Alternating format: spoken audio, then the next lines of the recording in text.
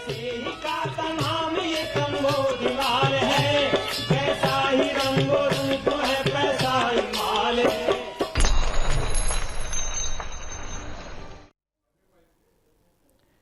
नमस्कार, मैं हूं शुभम शंकरधर। आप देख रहे हैं मनी 9 और दिन की सबसे बड़ी सबसे जरूरी खबरों को समेटे तैयार है मनी सेंट्रल।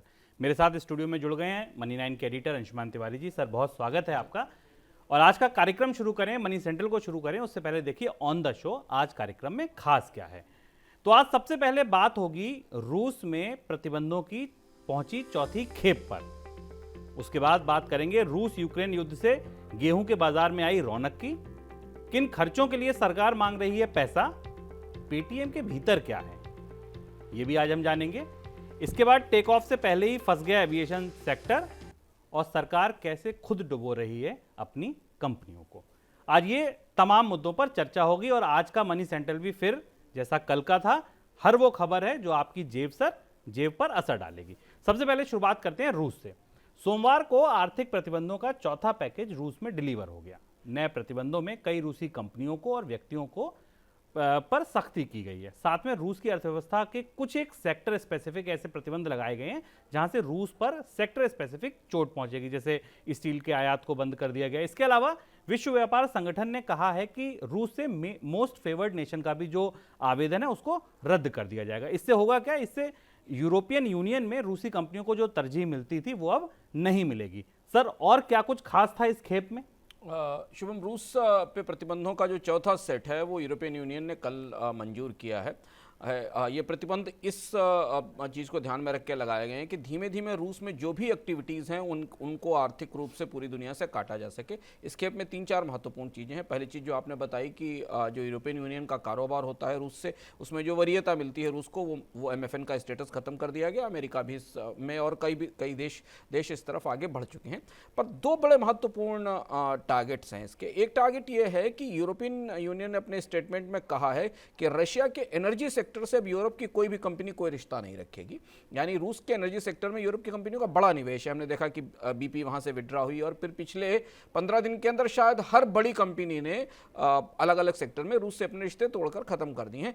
एनर्जी सेक्टर में रूस की यूरोप की कंपनियां निवेश नहीं करेंगी। इसका सीधा मतलब यह है कि जिस पर हम एक बार मनी सेंट्रल में चर्चा कर चुके हैं कि यूरोपियन यूनियन रशिया के बगैर जीने की आदत डालने की कोशिश कर रहा है। गैस की सप्लाई और गैस की आपूर्ति के मामले में वो अपनी स्वतंत्र आत्मनिर्भरता बनाने की कोशिश कर रहा है ताकि रशिया पर डिपेंड ना रहा जा सके। आज एक खबर यह भी तैयार रही थी कि जो यमाल के जरिए गैस जाती है रशिया से, उसको बंद करने की बात भी चर्चा में थी कि शायद अगर रूस रिटेलिएट करेगा तो इसकी आपूर्ति रोक देगा। तो एक तो महत्वपूर्ण ये कि यूरोपियन कंपनियां रशिया के एनर्जी सेक्टर में निवेश नहीं करेंगी, कंप्लीट बैन है उनके निवेश के ऊपर। दूसरा ये कि रशिया की कंपनियां, यूरोपियन यूनियन की कंपनियां रशिया के स्टेट ओन्ड एंटरप्राइजेस से, यानी सरकारी कंपनियों से और जो रशिया का इंडस्ट्री मिलिट्री कॉम्प्लेक्स है उन कंपनियों से कोई रिश्ता नहीं रखेंगी। दूसरा महत्वपूर्ण बात है कि सारी बिजनेस की या व्यापारिक भागीदारी रूस के साथ खत्म हुई। और तीसरा जो सेक्टर था वो इंपॉर्टेंट सेक्टर है कि रशिया से स्टील के इंपोर्ट पर बैन लगा दिया गया है। ये लगभग 3.3 बिलियन यूरोस का, करीब 3.6 अरब डॉलर के आसपास का जो प्रोडक्ट्स, स्टील प्रोडक्ट्स रशिया से यूरोप के पास आते थे, रशिया की बड़ी चीन स्टील कंपनियों के पास, उनके कारोबार को बुरी तरह हिट किया करेगा। और करीब 300 के आसपास ऐसे आइटम हैं जो रूस से, लग्जरी आइटम्स जो यूरोप में आते थे, उन्हें रोक दिया गया है, उन्हें बंद कर दिया गया है। तेल और गैस पर प्रत्यक्ष रूप से प्रतिबंध नहीं लगाया गया है, लेकिन जैसा हमने चर्चा की थी कि यूरोप अपनी तैयारी में है कि वो गैस की अपनी आपूर्तियों को स्थिर करे। इधर जापान ने भी, यूरोपियन यूनियन के बाहर और अमेरिका के बाहर, जापान ने भी रूस पर नए प्रतिबंधों की घोषणा की है। वो इसी लाइन पर है। और इसके अलावा रूस की राष्ट्रपति पुतिन के जो करीबी उद्योगपति हैं, जिनको वो ओलिगार्क कहते हैं, उनको स्पेसिफिकली टारगेट किया गया है इस प्रतिबंधों की खेप में यूरोपियन यूनियन की तरफ से। बिल्कुल। और रूस यूक्रेन विवाद की वजह से तमाम बाजारों में जो उथल पुथल मची है, इसका एक दरवाजा गेहूं के बाजार में भी खुलता है और इसी वजह से अंतर्राष्ट्रीय स्तर पर गेहूं की कीमतों में तेजी आई है। भारतीय गेहूं के निर्यात की मांग बढ़ने की संभावना है। इससे घरेलू मंडियों में जो गेहूं का भाव है वो समर्थन मूल्य यानी कि जो MSP है उससे ऊपर चल रहा है। इसकी एक वजह ये भी है कि पूरी दुनिया में, क्योंकि अब ये पता चल रहा है कि सप्लाई शॉर्टेज होगी। सप्लाई शॉर्टेज की वजह से जो ऐसे देश हैं जहां पर गेहूं का उत्पादन ज़्यादा होता है, जो बड़े उत्पादक हैं, उनमें उनके लिए निर्यात के बाजार में संभावना खुलेगी। सर, इसके और क्या कुछ असर होंगे अगर हम सरकार के नज़रिए से देखें या बाजार के नज़रिए से देखें? अब युद्ध अच्छे नहीं होते हैं, युद्ध का के बड़े नकारात्मक असर होते हैं, पर इस एक खबर के जरिए आप कई सारी चीज़ें पॉजिटिव देख सकते हैं भारत के लिए। गेहूं पर हमने इससे पहले भी एक बड़ी विस्तार से रिपोर्ट की थी मनी सेंट्रल में, जिसमें मैंने बताया था कि भारतीय निर्यातकों के लिए इससे अच्छे अवसर मिलेंगे। और उसी रिपोर्ट में हमने कहा था कि बाजार में गेहूं की कीमतें बढ़ेंगी, जो भारतीय किसानों के लिए अच्छी चीज़ है। अब यहाँ पहली बार ऐसा हो रहा है कि ऐसा लगता है कि सरकार का MSP के जरिए गेहूं खरीदने का लक्ष्य पूरा नहीं हो पाएगा। हालांकि इसको लेकर कोई चिंता की बात नहीं, क्योंकि भारत में बफर स्टॉक्स अपने उच्चतम स्तर पर हैं। भारत में जितने गेहूं की जरूरत है उससे करीब 3 गुने से 4 गुना ज्यादा गेहूं ऑलरेडी बफर स्टॉक में मौजूद है, यानी कि खाद्य सुरक्षा को लेकर कोई खतरा नहीं है। और MSP से ऊपर गेहूं बाजार में बिकने का मतलब यह है कि किसानों को थोड़ी बेहतर कीमत मिलने की संभावना है। इसके साथ पूरी दुनिया में करीब 11 मिलियन टन के शॉर्टेजेस के आकलन शुभम को मिल रहे हैं वीट की डिमांड और सप्लाई में। और उसमें भी कमी है। जो ब्लैक सी के जरिए गेहूं सप्लाई होता था यूक्रेन और रूस का, जिसका एक बड़ा हिस्सा खाड़ी देशों में और मिडिल ईस्ट के देशों में जाता था, वहां गेहूं की शॉर्टेजेस है और इसलिए ये शॉर्टेज थोड़े लंबे समय तक चलने वाली है। भारत के निर्यातकों के लिए, गेहूं के निर्यातकों के लिए अच्छा मौका है। आमतौर पर गेहूं में इतना बड़ा उतार चढ़ाव नहीं दिखता है, क्योंकि गेहूं हर देश में पैदा होता है। एक और इसका पहलू ये है कि चीन ने गेहूं की खरीद बढ़ाई है, चीन ने अपने स्टॉक्स भरने शुरू किए, उसका भी असर हमें गेहूं की डिमांड पर दिखाई दे रहा है। तो भारत के लिए इस बार सरकारी गेहूं की खरीद का मौसम किसानों की दृष्टि से अच्छा रहने वाला है। बाजार में उन्हें अच्छी कीमत मिलेगी। सर, सब्सिडी के बिल पर भी इसका कुछ एक असर देखने को मिल सकता है? हाँ, दूसरा असर सब्सिडी के बिल पर दिखाई देगा, जो महत्वपूर्ण इसलिए है क्योंकि यदि सरकार ज़्यादा गेहूं की खरीद नहीं करेगी, जिसकी उसको ज़रूरत नहीं है इस बार, क्योंकि भंडार हैं, तो FCI के जरिए जो गेहूं की सब्सिडी पर खर्च है उसमें थोड़ी बचत हो सकती है। लेकिन ये आंकड़ा हमें बाद में पता चलेगा कि कितनी कम खरीद हुई है। लेकिन अगर बाजार का संतुलन terms of trade free market के फेवर में है और किसानों को खुले बाजार में अच्छी कीमत मिल रही है और इसके साथ सरकार की सब्सिडी बच रही है, तो इससे बेहतर और कोई फार्मूला या इससे बेहतर कोई परिदृश्य कम से कम गेहूं की अर्थव्यवस्था के लिए, व्हीट इकोनॉमी के लिए नहीं हो सकता। और चिंता की बात इसलिए नहीं, जैसा अंशुमान जी ने बताया कि 44 लाख टन के आसपास सेंट्रल पूल में होना चाहिए नॉर्म्स के हिसाब से। उसका 5 गुना गेहूं, 200 लाख टन से ज्यादा का गेहूं अभी 1 मार्च तक हमारे स्टॉक में है। और एक चीज इसमें ध्यान रखना जरूरी कि गेहूं की कीमतें आने वाले समय में एक और वजह से बढ़ती रहेंगी, क्योंकि कल ही शाम तक इस तरह की खबरें तैरना शुरू हुई कि चीन में इस बार गेहूं की फसल को लेकर चिंता है या गेहूं के उत्पादन में उतनी बढ़ोतरी नहीं हो पा रही। तो एक तो चीन बाजार से बाई भी काफी करता है और चीन बड़ा प्रोड्यूसर भी है। दूसरा हिस्सा जो गेहूं की सप्लाई चेन है उसके डिसरप्शन के कारण है। तो ये मौसम गेहूं की कीमतों में तेजी का चलेगा। इसका एक फ्लिप साइड ये है कि भारत में गेहूं का इस्तेमाल करने वाले जो उद्योग हैं, उन्हें उनके ऊपर कीमतें बढ़ाने का दबाव भी बनेगा, क्योंकि वो अंतर्राष्ट्रीय कीमतों से अपने कच्चे माल की लागत को बेंचमार्क करते हैं। और बिल्कुल अभी आपने देखा जैसे ग्राफिक्स में कि देश की 5 प्रमुख मंडियों में अगर आप भाव देखें तो ऑलरेडी गेहूं का जो MSP है उससे ज़्यादा है। गेहूं का MSP 2015 रुपए है, जबकि वहाँ जो कीमतें हैं अगर आप देखें, बैतूल में 2110, खातेगांव में 2150, राजकोट में तो कीमतें 2450 रुपए क्विंटल के आसपास है। नागपुर और कोटा की मंडी में भी ये भाव MSP के ऊपर है। चलिए, सरकार के बजट से ही जुड़ा एक आंकड़ा और एक खबर और। 31 मार्च को खत्म हो रहे वित्त वर्ष के लिए सरकार ने बजट का जो हिसाब किताब बैठाया था वो गड़बड़ा गया है। गड़बड़ा इसलिए गया क्योंकि खर्च बढ़ने की वजह से अब सरकार करीब 1.5 लाख करोड़, 1.58 लाख करोड़ रुपए बजट से और मंजूरी मांगी है संसद से कि हमें खर्च करने के लिए और पैसा चाहिए। वित्त मंत्री की तरफ से संसद में सोमवार को तीसरी अनुपूरक मांग रखी गई है, जिससे बजट को बढ़ाने की मंजूरी मांगी गई है। सर, 2 बड़ी बातें। पहली बात यह कि ये जो पैसा सरकार मांग रही है ये किन खर्चों के लिए मांगा जा रहा है, और दूसरी बात, तीसरी मांग अनुपूरक, ये आपको लगता है कि, मुझे लगता है हाल फिलहाल में शायद पहली बार ऐसा हो रहा होगा? हाँ, तीसरी अनुपूरक मांग थोड़ा सा चौंकाने वाली है। आमतौर पर सरकारें साल में 2 बार और तीसरा थोड़ा बहुत बजट लेने की कोशिश करती है, पर 1.5 लाख करोड़ रुपए की सप्लीमेंट्री डिमांड, वो भी बजट पेश होने के बाद सरकार लेकर आई है। अब अगर इस 1.5 लाख करोड़ रुपए को आप सरकार की तरफ से संसद में पेश बजट के टोटल खर्चे में जोड़ लिया जाए तो भारत सरकार का खर्च इस साल, जो साल खत्म होने वाला 31 मार्च को, वो लगभग अगले साल के प्रोजेक्टेड एक्सपेंडिचर के आसपास ही जाकर खड़ा हो जाता है। यानी अगले साल सरकार जितना खर्च करना चाहती थी उतना खर्च इसी साल हो गया, और ये लास्ट के 15 दिनों में 20 दिनों के लिए डिमांड की गई। हम इसके हेड्स पर आएंगे जो हमारे लिए जानना जरूरी है, पर इसका जो सबसे बड़ा असर है कि इस तिमाही में सरकार को ये उम्मीद थी कि वो विनिवेश कर लेगी, LIC का डाइवेस्टमेंट हो जाएगा, LIC के IPO से पैसा आ जाएगा, लेकिन यहाँ इसका बिल्कुल उल्टा हुआ। LIC के IPO से पैसा आने के बजाय सरकार का एक्सपेंडिचर लास्ट क्वार्टर में ज्यादा बढ़ गया और काफी बढ़ा, और इसके कारण सरकार को संसद से 1.5 लाख करोड़ रुपए के खर्च की तात्कालिक मंजूरी लेनी पड़ी है। इसमें एक बड़ा हिस्सा 14,000 करोड़ रुपए के आसपास की करीब सब्सिडी फर्टिलाइजर के लिए है। यहाँ रूस के और यूक्रेन युद्ध का असर है, क्योंकि अंतर्राष्ट्रीय बाजार में कच्चे तेल की कीमतों के साथ बाकी जो उर्वरक के कच्चे माल हैं उनकी भी कीमतें बढ़ी हैं, और उसकी वजह से सब्सिडी का बर्डन बढ़ेगा, और इसलिए कंपनियों को जो पेमेंट करना उसके लिए 14,000 करोड़ रुपए के आसपास लिए गए हैं। एक जो बड़ा हेड है शुभम इसमें, वो है बैंकों के लिए में निवेश के लिए, बैंकों के रिकैपिटलाइजेशन के लिए। मैं आंकड़ा ले रहा हूँ, करीब ये 5,000 करोड़ रुपए के आसपास का आंकड़ा है, जिसमें 4,950 करोड़ रुपए का आंकड़ा है बीमा कंपनियों के पुनर्पूंजीकरण के लिए, उनके रिकैपिटलाइजेशन के लिए, उसमें पैसा डालने के लिए ये पैसा दिया गया है। दूसरा जो महत्वपूर्ण आंकड़ा है वो 8,141 करोड़ रुपए केंद्र सरकार ने संसद से इस खर्च की मंजूरी दी है राज्यों को GST के नुकसान के फंड का पैसा वापस करने के लिए। 8,141 करोड़ रुपए, ये भी सरकार का आंकलन शायद साल की शुरुआत में पूरी तरह सही नहीं बैठा, और अब वित्त वर्ष के अंत में केंद्र सरकार को राज्यों को 8,141 करोड़ रुपए देने पड़ेंगे, जो कि GST का मुआवजा है जो उनको देना होगा।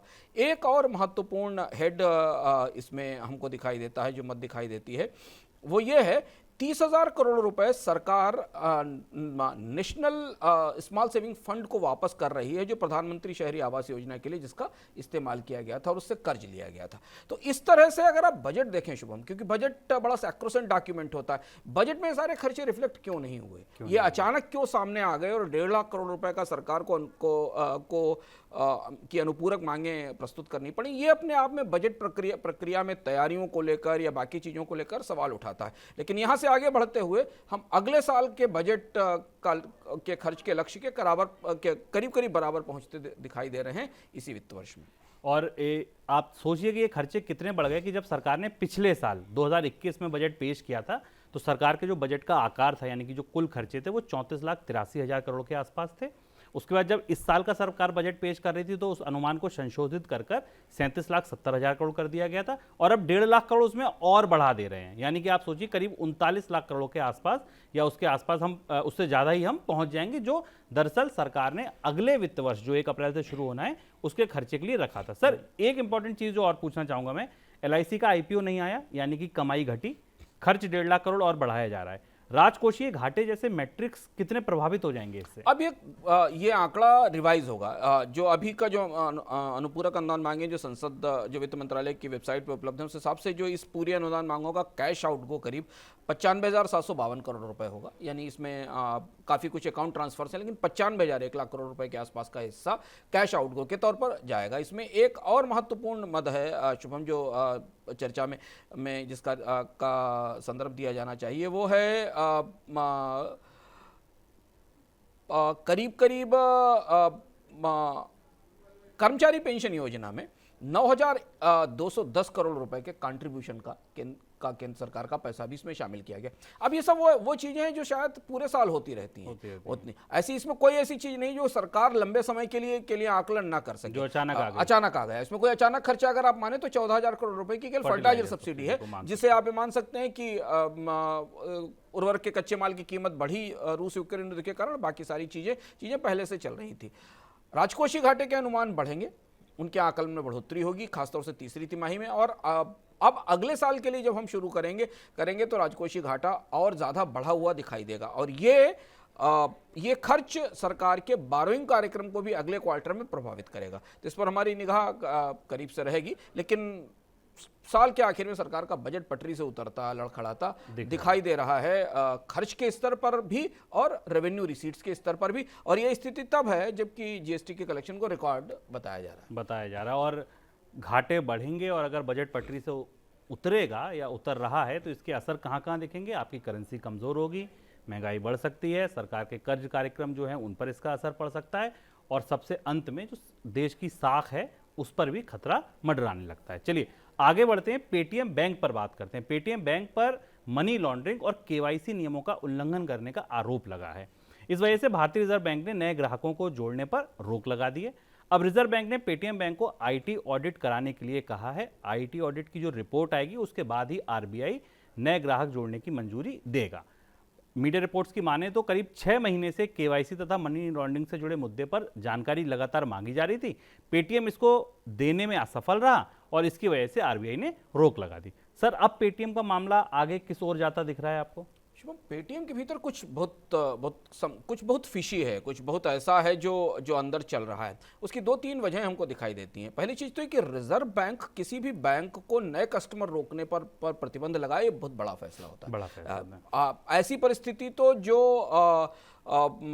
बैंक एनपीए में डूबे हुए होते हैं, जो बैंक घाटे में होते हैं, नुकसान में होते हैं, उन पर भी नहीं किया जाता। उनके विस्तार रोक दिए जाते हैं, उनके डिविडेंड भुगतान रोक दिए जाते हैं। पर कभी भी रिजर्व बैंक किसी बैंक से नहीं कहता कि आज के बाद आप किसी नए कस्टमर को से नहीं जोड़ सकते। पीसीए में होते हैं, उनसे भी पीसीए में उनसे नहीं कहा जाता। पीसीए में डाल दिया जाता है, उनका एक्सपेंशन रोक दिया जाता है, उनका डिविडेंड रोक दिया जाता है, पर उनसे ये नहीं कहा जाता कि नए खाते मत खोलिए। ये बहुत बड़ा फैसला था और इसका असर हमें बाजार जो गहराई से समझ रहे हैं, उन्होंने देखा कि पेटीएम के शेयर की क्या हालत हो गई, टूटा। उसकी वजह ये कि जो मूल रूप से पेटीएम एक मोबाइल वॉलेट से जो पेटीएम बैंक की तरफ ग्रो कर रहा था, पेमेंट बैंक की तरफ ग्रो कर रहा था और एक फिनटेक बैंक बनाने की कोशिश कर रहा था, उसे इस फैसले से गहरा झटका लगा है।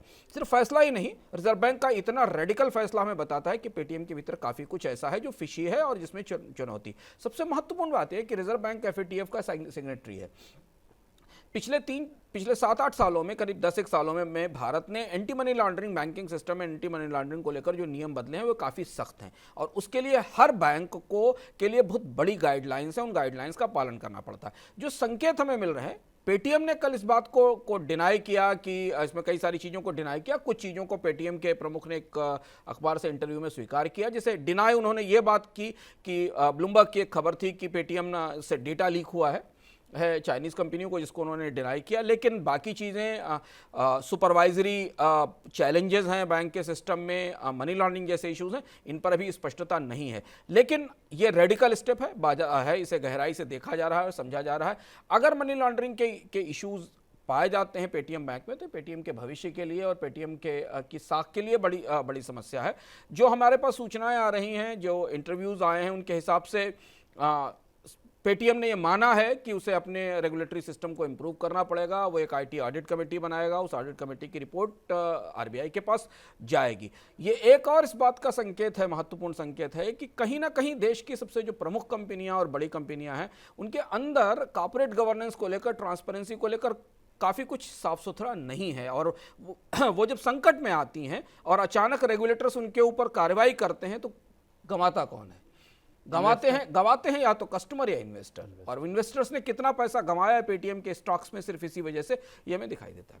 बिल्कुल। और जब हम ये रिकॉर्ड कर रहे हैं, मनी सेंट्रल बाजार बंद होने में कुछ ही मिनट बाकी हैं और उससे पहले जो 600 का लेवल बताया जा रहा था कि पेटीएम के सुरक्षित है, वहाँ से भी पेटीएम नीचे आ गया। 594 रुपये पे सर पेटीएम का भाव पहुँच चुका है और 70% से ज़्यादा पूंजी उन निवेशकों की स्वाहा हो गई जिन्होंने इशू प्राइस पर जिन्हें पेटीएम मिला था 2100 से और 600 से नीचे। और इससे ज्यादा बड़ी बात यह कि पेटीएम को लेकर अनिश्चितता और ज्यादा बढ़ गई है। इस रेगुलेटरी जांच की जो रिपोर्ट आएगी, इसके बाद जो फ्यूचर में कार्रवाई होगी, उसके कारण पेटीएम के निवेशकों को लंबे समय तक, अगर वो निकलना भी चाहे तो उन्हें लंबे समय तक इसमें फंसे रहना पड़ेगा। बिल्कुल। और पेटीएम के संग ये भी आपको याद रखना होगा कि जब स्टार्टअप्स की कीर्ति कथाएं हमें सुनाई जाती तो उनमें जो कोई नाम सबसे आगे आता था और सबसे बड़ा होता था, तो वो पेटीएम ही होता था।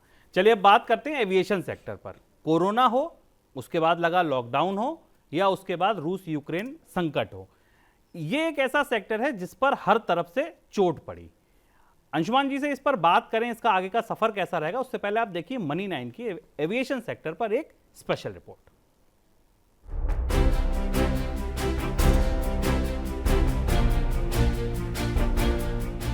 एविएशन कंपनियों का सफर बीते 2 साल से टर्बुलेंस से भरा हुआ है। मुश्किलें अभी भी खत्म होने का नाम नहीं ले रही। देश की सभी घरेलू और अंतर्राष्ट्रीय उड़ानें 27 मार्च से पूरी क्षमता के साथ उड़ने वाली थीं। उससे पहले ही चीन में फिर कोविड का प्रकोप तेजी से फैलने लगा। दरअसल लॉकडाउन में एविएशन कंपनियों का पूरा बिजनेस मॉडल ही हवा में लटक गया उड़ानें पूरी तरह बंद थीं, उसके बाद भी खर्च का मीटर चालू था। नतीजतन कंपनियां भारी कर्ज में दबकर मुनाफे से घाटे में आ गईं। उम्मीद थी कि लॉकडाउन खुलने के बाद ये सेक्टर पहले जैसी उड़ान भरेगा, लेकिन टेक ऑफ करते ही नकदी की कमी और महंगे ईंधन के काले बादल छा गए। पिछले साल सितंबर तक इंडिगो का घाटा बढ़कर 4600 करोड़ रुपए के पार हो चुका था। स्पाइस जेट का घाटा भी तेजी से बढ़ा है। कोरोना की दूसरी लहर खत्म होने के साथ सुधार दिखा भी। दिसंबर में 1 करोड़ से ज्यादा घरेलू यात्रियों ने सफर किया, लेकिन जनवरी में आई तीसरी लहर ने घाव फिर कुरेद दिए। फरवरी में हालात फिर सुधरे, तभी रूस और यूक्रेन के बीच जंग छिड़ गई और हवाई ईंधन के दाम आसमान पर पहुंच गए। पिछले साल जनवरी से अब तक 87% से ज्यादा दाम बढ़ चुके हैं। एविएशन कंपनियों की कुल लागत का 40 से 45% खर्च सिर्फ हवाई ईंधन पर होता है। एविएशन कंपनियां पहले से ही भारी कर्ज के बोझ से दबी हुई हैं। पिछले वित्त वर्ष तक इंडिगो पर 2500 करोड़ रुपए से ज्यादा और स्पाइस जेट पर 707 करोड़ रुपए का कर्ज था। महंगे ईंधन की वजह से इस साल इस कर्ज में और बढ़ोतरी की आशंका है। कर्ज और घाटे से लदी एयरलाइंस कंपनियों को उभारने के लिए वित्त वर्ष 2022-23 में 5 अरब डॉलर यानी करीब 35 से 40 हजार करोड़ रुपए की मदद चाहिए। इसके लिए कंपनियां सरकार से मदद की गुहार लगा रही हैं, लेकिन संसाधनों का अभाव झेल रही सरकार कैसे मदद करेगी, क्योंकि सरकार तो खर्च चलाने के लिए खुद कर्ज उठा रही है। संदीप ग्रोवर और मनोज कुमार के साथ विपुल सिंह, मनी 9।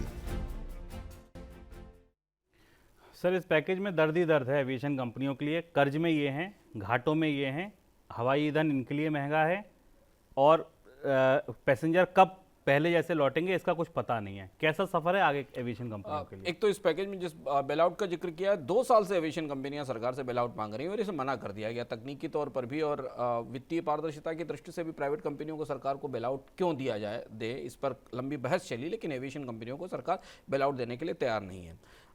प्रॉस्पेक्ट्स अच्छे हैं, बोरोइंग्स होती रहेंगी क्योंकि भारतीय बाजार में लिमिटेड कंपनियां, पैसा इन्हें मिलता रहेगा। पर 2 महत्वपूर्ण चीजें यहां से आगे दिखाई देती हैं। एक तो जो एटीएफ का प्राइस लगातार हर 15 दिन में रिवाइज होता है और जो बहुत तेजी से बढ़ा है क्रूड ऑयल की कीमत बढ़ने के कारण, वो इस समय एविएशन कंपनियों की सबसे बड़ी चुनौती और सबसे बड़ी समस्या है। और हमने जब भी देखा है शुभम कि जब भी कोई बड़ी ग्लोबल क्राइसिस आती है तो सबसे पहले क्राइसिस में फंसने वाला एविएशन सेक्टर होता है, क्योंकि वो सबसे आगे खड़ा हुआ सेक्टर होता है। वहीं सबसे ज्यादा डिफॉल्ट्स होते हैं, वहीं सबसे ज्यादा क्राइसिस आती है। तो एक तो ये कि एविएशन कंपनीज को अगर सरकार बेल आउट ना भी दे, लेकिन अगर ये तेल की कीमत कम नहीं हुई और ट्रैवल पूरी तरह रिकूप नहीं हुआ तो एविएशन कंपनियों को रिकवर करने में जो घाटे दिखाई दे रहे हैं 4000 करोड़ के 5000 करोड़ के, ये घाटे रिकवर करने में लंबा समय लग सकता है। तो एविएशन कंपनियों में जो घाटे की क्राइसिस है ये लंबी चलेगी अगर आप निवेशक के तौर पर हैं। और दूसरी चीज देखना जरूरी ये है कि भारत में जैसे ही ये भी ट्रैवल खुलना शुरू हुआ है, कीमतें बढ़ेंगी, किराए बढ़ेंगे, बिल्कुल, क्योंकि इसके अलावा एविएशन कंपनियों के पास अब कोई ऑप्शन नहीं है। सरकार उनको बेल आउट नहीं देगी। बैंक्स में ब्याज दरें लगातार बढ़ रही, उनके नए कर्ज और महंगे होंगे क्योंकि वो उनके पास बड़े कर्ज पड़े हुए हैं। तो अब अगर आप दोबारा यात्रा प्लान करने की कोशिश कर रहे हैं तो आप ध्यान रखिए कि किराए बढ़ेंगे। पूरी दुनिया में जेट फ्यूल महंगा हुआ और पूरी दुनिया में एविएशन के किराए बढ़े। भारत में भी कंपनियां क्रमशः किराया बढ़ाना शुरू करेंगी जैसे ही ट्रैवल नॉर्मल होना शुरू होगा, जो कि अब धीमे धीमे शुरू हो गया है। बिल्कुल, बढ़ते हैं अगली खबर की ओर। अभी गर्मियां ठीक से शुरू भी नहीं हुई कि बिजली की कीमत बढ़ने की खबरों से लोगों को पसीने आ रहे हैं। मीडिया रिपोर्ट्स की माने तो उत्तर प्रदेश में बिजली वितरण कंपनियां यानी डिस्कॉम्स बिजली की दरें 8% तक बढ़ा सकती हैं। इसकी तैयारी लगभग पूरी हो चुकी है। लागत और कर्ज बढ़ने के बावजूद पिछले 2 साल में कीमतें नहीं बढ़ी थी और ज़्यादा मुसीबत बढ़ा दी रूस और यूक्रेन के युद्ध ने, क्योंकि इसके बाद जो कोयले की कीमतें वो आसमान छू रही हैं। यूपी क्या पूरे देश में डिस्कॉम्स का हाल कमोवेश सर एक सा है। सब कर्ज में लदी हैं, घाटों में लदी हैं। सबसे पहला सवाल मेरा सर डिस्कॉम्स पर ही, ये कर्जे आते कहाँ से हैं? डिस्कॉम भारत में शुभम बिजली वितरण कंपनियां, जिनको हम बार बार डिस्कॉम कहेंगे, ये वो कंपनियां हैं जो बिजली का वितरण करती हैं, डिस्ट्रीब्यूशन करती हैं। और ये कंपनियां एनटीपीसी और जो इंडिपेंडेंट पावर प्रोड्यूसर्स हैं, जिनको हम आईपीपी बोलते हैं तकनीकी भाषा में, उनसे बिजली खरीदती हैं। जब हम इस खबर पर आज चर्चा कर रहे थे और इसकी तैयारी कर रहे थे तो कल एनटीपीसी ने आसाम गवर्नमेंट को ये नोटिस भेजा है कि अगर उसका 1534 करोड़ रुपए का बकाया नहीं चुकाया जाएगा तो बिजली की आपूर्ति बंद कर दी जाएगी। ये एक नमूना है जिस नमूने को हम सामने देख रहे हैं। 1.6 लाख करोड़ रुपए के आसपास की बकायेदारी बिजली कंपनियों की बिजली उत्पादन कंपनियों पर है और बिजली कंपनियों के कुल घाटे, डिस्कॉम्स के कुल घाटे 5.6 लाख करोड़ रुपए। पहले में समझना जरूरी कि है क्या, इसका स्ट्रक्चर क्या है, कैसे ये इतनी बकायेदारी डिस्कॉम्स पर खड़ी हो जाती है। 1.6 लाख करोड़ की जो बकायेदारी है, जिसमें कि 52% बकायेदारी शुभम उन कंपनियों पर है जो इंडिपेंडेंट पावर प्रोड्यूसर्स हैं, जो प्राइवेट कंपनियां हैं जिनसे बिजली खरीदी जाती है। उनका की बकायेदारी इसलिए ज्यादा है क्योंकि वो उस पेमेंट सिस्टम में कवर नहीं होती जिसमें सरकारी बिजली प्रोड्यूसर एनटीपीसी कवर होता है। एनटीपीसी को अगर कोई राज्य का बिजली घर या बिजली डिस्कॉम पैसा नहीं देता है तो एनटीपीसी के पास ये सुविधा है कि वो केंद्र सरकार से राज्य को जाने वाले पैसे से अपनी हिस्सेदारी, अपनी बकायेदारी ले ले। इसलिए ज्यादा बड़ी बकायेदारी, लगभग 553 अरब रुपए की 553 बिलियन रुपीस की बकायेदारी आईपीपीस पर, इंडिपेंडेंट पावर प्रोड्यूसर्स है, जिसमें अडानी पावर है, जिसमें ललितपुर पावर है, जिसमें आईएलएफएस तमिलनाडु पावर, ऐसी बड़ी कंपनियां हैं। और इसलिए पिछले महीने एनर्जी एक्सचेंज में जो ट्रेड होने वाली बिजली की प्राइस थी वो रिकॉर्ड लेवल पर पहुंच गई क्योंकि शॉर्टेजेस दिखाई दे रही हैं। बिजली कंपनियां जो डिस्कॉम को बिजली बेचती हैं उनके पास कोई मैकेनिज्म नहीं है बैकअप करने का, इसलिए बिजली के उत्पादन में कमी की आशंका दिखाई दे रही है अगर ये पैसा रिकवर नहीं होता। दूसरी बकायेदारी जो डिस्कॉम्स का ओवरड्यू है वो रिन्यूएबल एनर्जी कंपनियों के ऊपर है। जो बिजली आपके और हमारे पास आती है उसमें काफ़ी कुछ बिजली विंड से और सोलर एनर्जी से आती है। इनकी बकायेदारी 197 बिलियन रुपीस के आसपास है, 197 बिलियन रुपीस के आसपास है। और ये बकायेदारी और 5.6 लाख करोड़ रुपए के घाटे, जिस पर हम आगे बात करेंगे घाटे क्यों हैं, ये बकायेदारी उस स्थिति के बाद आई है शुभम जबकि सरकार ने 2020 में आत्मनिर्भर भारत अभियान के तहत 900 बिलियन रुपीस का पैकेज दिया था, लिक्विडिटी फंडिंग की थी, एग्जैक्ट सीधी फंडिंग थी डिस्कॉम्स को कि ये पैसा आप उठाइए और बिजली घरों का बकाया चुकाइए। इसे बाद में बढ़ाकर, इससे बात नहीं बनी, इसे बाद में बढ़ाकर 1250 अरब रुपए किया गया कि और पैसा बढ़ाया गया, लेकिन उसके बाद भी हम वहीं खड़े हुए हैं। गर्मी सामने सर पर खड़ी हुई है और बिजली कंपनियों के घाटे और उनकी बकायेदारी खतरनाक रूप से इस स्तर तक बढ़ चुकी है कि पार्लियामेंट्री कंसल्टेटिव कमेटी को केंद्रीय बिजली विभाग ने चिट्ठी लिखी थी और एक नोट दिया था। उसमें ये स्पष्ट रूप से कहा था कि अगर बिजली कंपनियां अपनी टैरिफ बढ़ाने में देरी करती हैं तो आने वाले कुछ महीनों में समस्या बहुत गहरी हो सकती है।